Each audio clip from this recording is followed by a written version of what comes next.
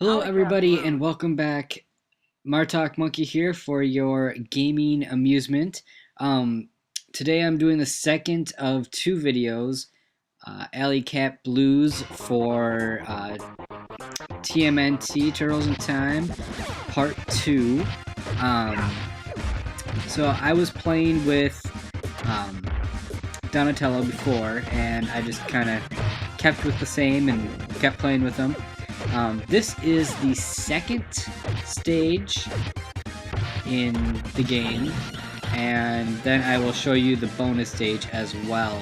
So this video will be a little long. So the thing in stage 2 is they add weapons. The ninjas now have some weapons, and they are different colors. They are not pink and whatever. They're not pastel pink anymore. They are orange and blue.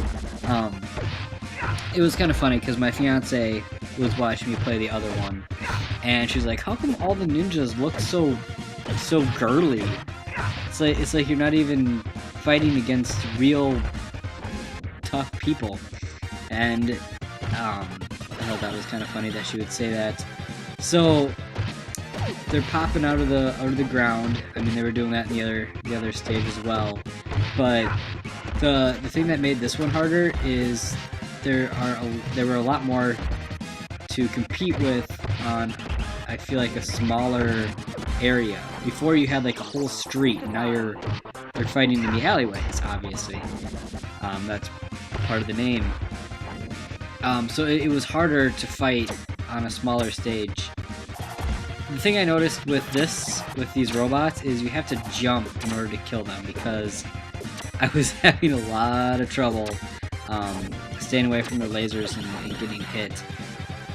The nice thing about this game is if you do die, you do get to come back after a game over. You can come back and start with 2 lives again and start off where you were before.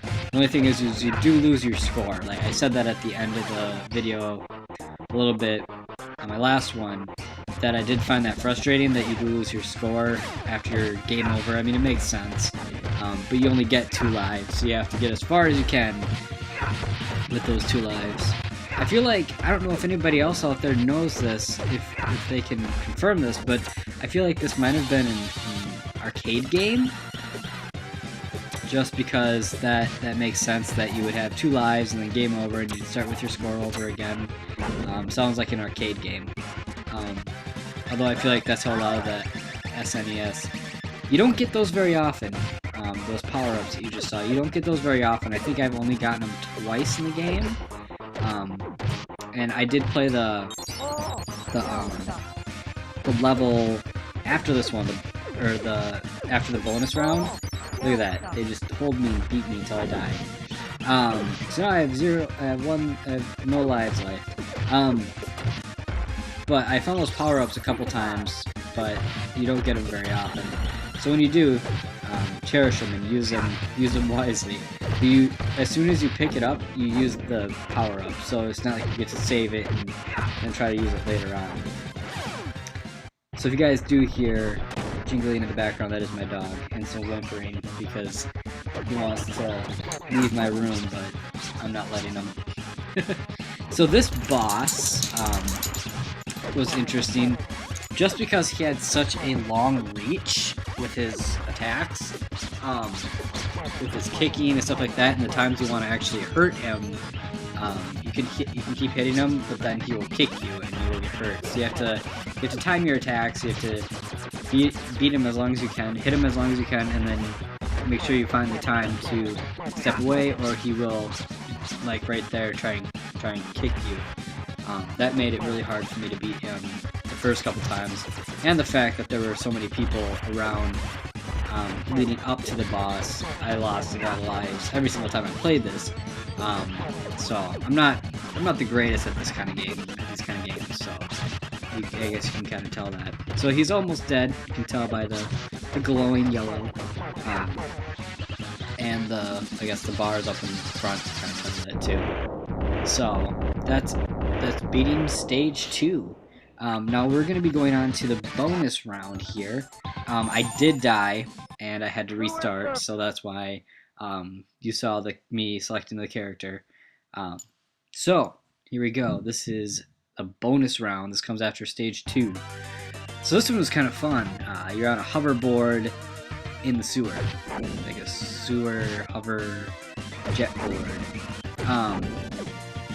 And I just figured that if I stay in the middle, they generally come to me.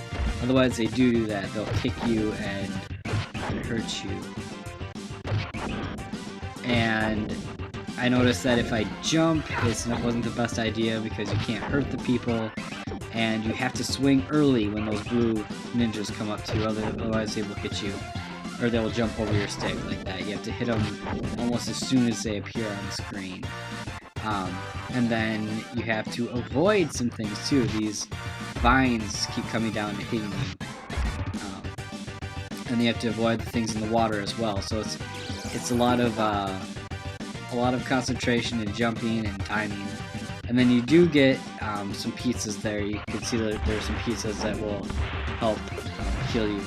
And these guys were kind of hard to hit because you have to follow along with where they are on the screen as well as jump and hit them at the same time.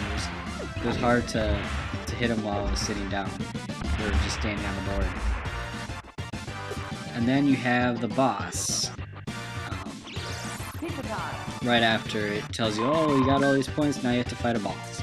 I didn't know they had bosses in bonus rounds. But this guy was actually very easy.